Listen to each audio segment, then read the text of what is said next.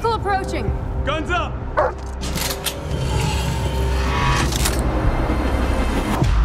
Clear!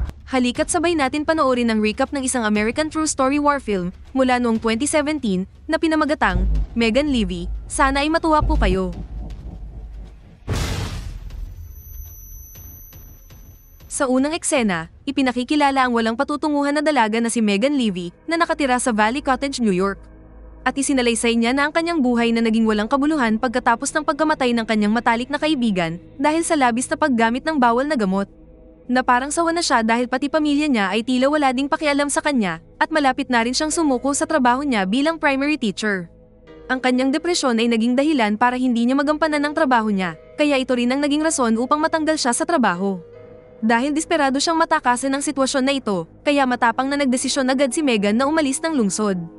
Kinabukasan, sumakay siya ng bus papunta sa paliparan para umalis na sa lungsod upang mag-enroll sa US Marines.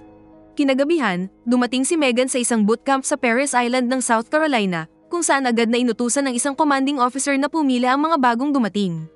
Mahigpit niyang ipinapaliwanag sa kanila ang mahigpit na pagsasanay na kanilang pagdadaanan para maging kwalipikado bilang isang Marines. Sa sumunod na araw, magsisimula na ang kanilang malupit na pagsasanay, at sinisikap ni Megan ang kanyang makakaya upang maging mahusay at makapasok.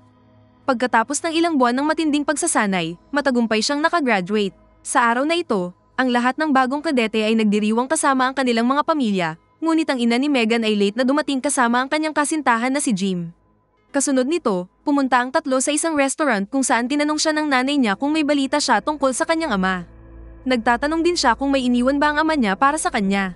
Sa kasamaang palad, ang mga tanong ay ikinadismaya ni Megan nang mapagtanto niya na ang kanyang ina ay interesado lamang sa pera, kaya umalis na lang siya. Sa susunod na eksena, ngayon ay isang Marine na si Megan, kaya inilipat siya sa San Diego County, California, kung saan siya ay na-assign sa Camp Pendleton, kasama din ang dalawa pang bagong dumating na tinanggap ng Master Sergeant na naghihikayat sa kanila na pagbutihan nila ang kanilang trabaho. Kinagabihan, sinamahan ni Megan ang kanyang mga bagong kaibigan sa isang bar, kung saan sila ay nagsasaya. Tuluyan na silang nalasing at nag-iingay habang pabalik sila sa kanilang camp building. Biglang kinailangan niyang umihi kaya naghanap si Megan ng mapagtataguan upang makaihi muna sandali habang ang isa ay patuloy na umiinom. Ngunit sa kasamaang palad, nahuli sila ng isang sundalong nagpapatrol at nakita si Megan sa bush. Dahil sa nagawang pagkakamali na ito, ipinatawag si Megan ng Master Sergeant kinaumagahan. Galit siyang pinagsabihan at binigyan ng huling babala na nagbabanta na sisipain siya palabas ng kampo kung muli siyang gagawa ng gulo. Bilang bahagi ng kanyang parusa, siya ay itinalaga upang linisin ang mga kulungan ng K9 bomb detector dogs. Kaya naman, ipinasa siya sa in-charge ng dog unit na si Gunny Martin sa loob ng isang linggo. Nang maglaon, habang nililinis ni Megan ang mga kulungan, nakita ni Megan ang isang German Shepherd na nagngangalang Rex at nilapitan ito na naniniwalang ito ay mabait. Gayunpaman, ang kanyang palagay ay napatunayang mali dahil ginulat siya nito sa pamamagitan ng marahas na pagtahol sa kanya. Pagkatapos, ginamit si Megan bilang pang-akit upang sanayin ang mga aso at turuan sila kung paano huminto agad sa pag-atake. Natatakot siya habang dinadala ng mga opisyal si Rex sa eksena. Nang binitawan na nila ang aso palapit sa kanya, nawalan nito ng kontrol kaya inatake siya at kinagat sa may likuran. Pagkatapos ng insidenteng ito, nilapitan ni Megan si Gunny at tinanong kung ano ang maaari niyang gawin para maging dog handler. Bilang tugon, sinabi ng in-charge na dapat siyang makakuha ng perfect score sa paparating na pagsusulit, kaya nagpa siya siyang magsanay ng mas mabuti.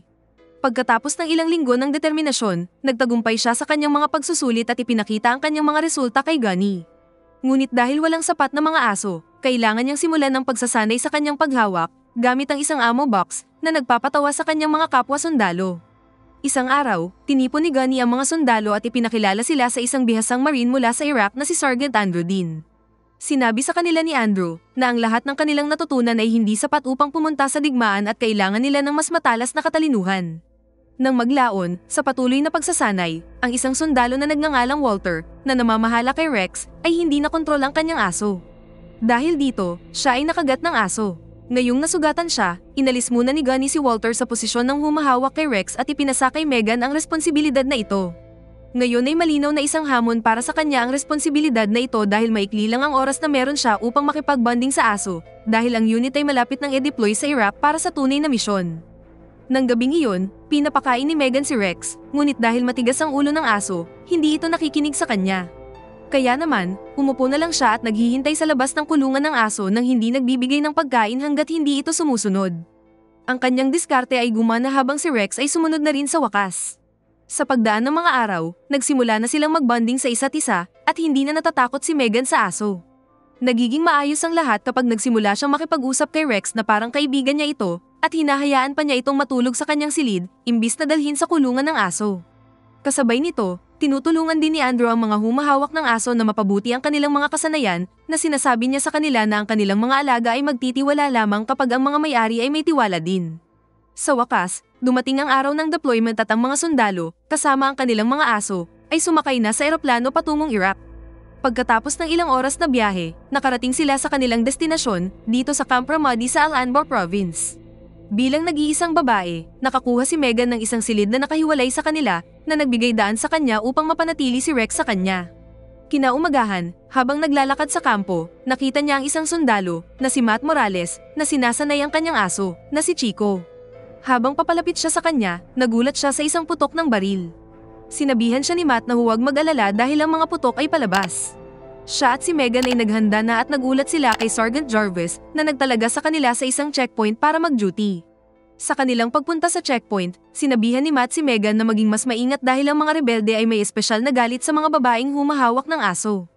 Pagdating nila, nakita nilang sinusuri ng mga sundalo ang bawat residente bago sila pinadaan sa checkpoint.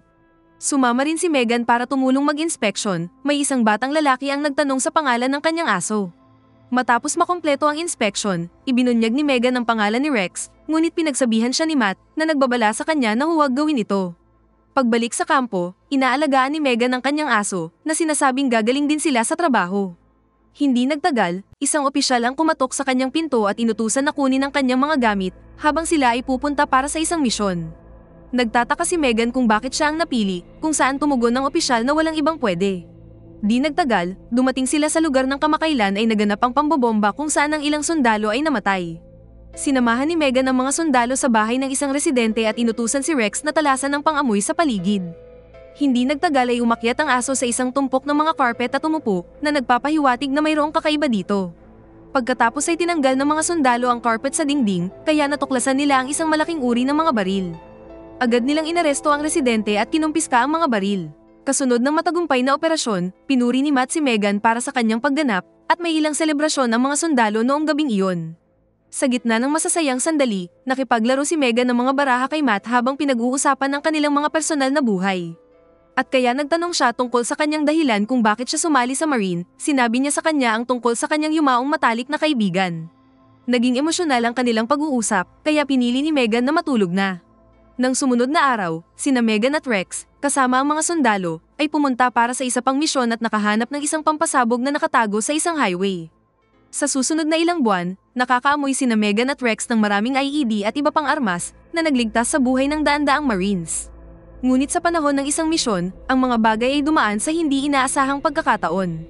Habang naglalakad sila, nakadetect ng maraming landmine sa isang desyerto na lupain at nakakita sila ng paparating na sasakyan.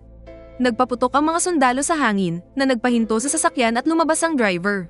Hinuli nila ang driver bago inutusan sina Megan at Rex na inspeksyonin ang sasakyan. Habang dahan-dahan silang patungo sa sasakyan, biglang sumabog ang isang bomba sa tabi nila na nagpalipad sa kanila. Ang medic ay nagmamadaling tulungan sina Megan at Rex at dinala sila sa ligtas. Sa kabutihang palad, okay sila sa ilang maliliit na pinsala. Nagtataka ang commanding officer kung paanong hindi nakita ni Rex ang bomba, ngunit sa lalong madaling panahon nalaman na ang landmine ay mano-manong pinasabog. Tumingin-tingin sila sa paligid at napansin ang ilang paggalaw sa isang abandonadong gusali sa di kalayuan. Nagpa siya ang commanding officer na tumawag ng isa pang dog handler, ngunit iginiit ni Megan na wala silang sapat na oras para dito. Tinitiyak niya na ayos lang siya at ganun din ang kanyang aso kaya pinipilit niyang magpatuloy.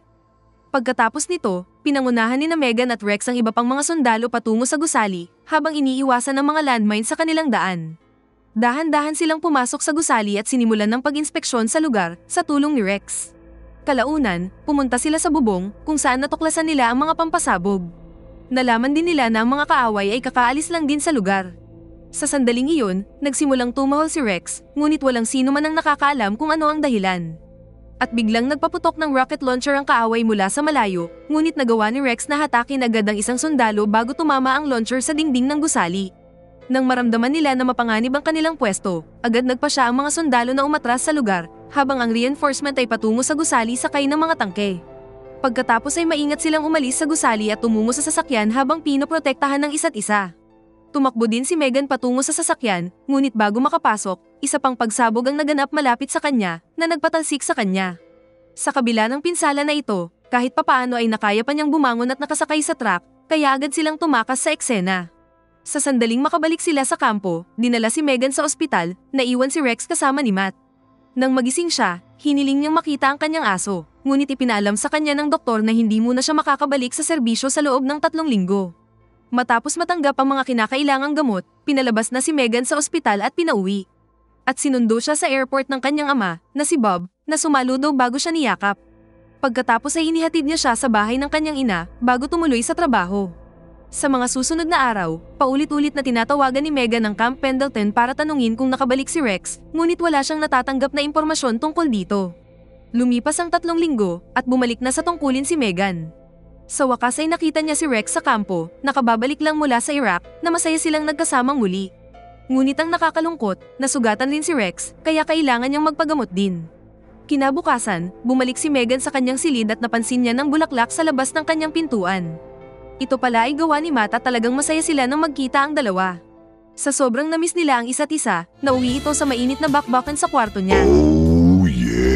Mamayang hapon, sinubukan ni Megan na ipagpatuloy ang pagsasanay kasama si Rex, ngunit hindi pa ito handa. Napansin niya ang kanyang aso na hindi pa rin maayos, nagpasya siyang hindi muna magpalista para sa isa pang misyon. Ibinahagi niya ang kanyang desisyon kay Gunny at nais niya ding ampunin si Rex, kung saan sumang-ayon si Gunny.